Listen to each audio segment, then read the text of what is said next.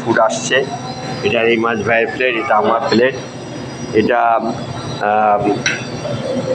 How much রিমাজ ভাই? $70, $17। তার মানে হচ্ছে এটা প্রায়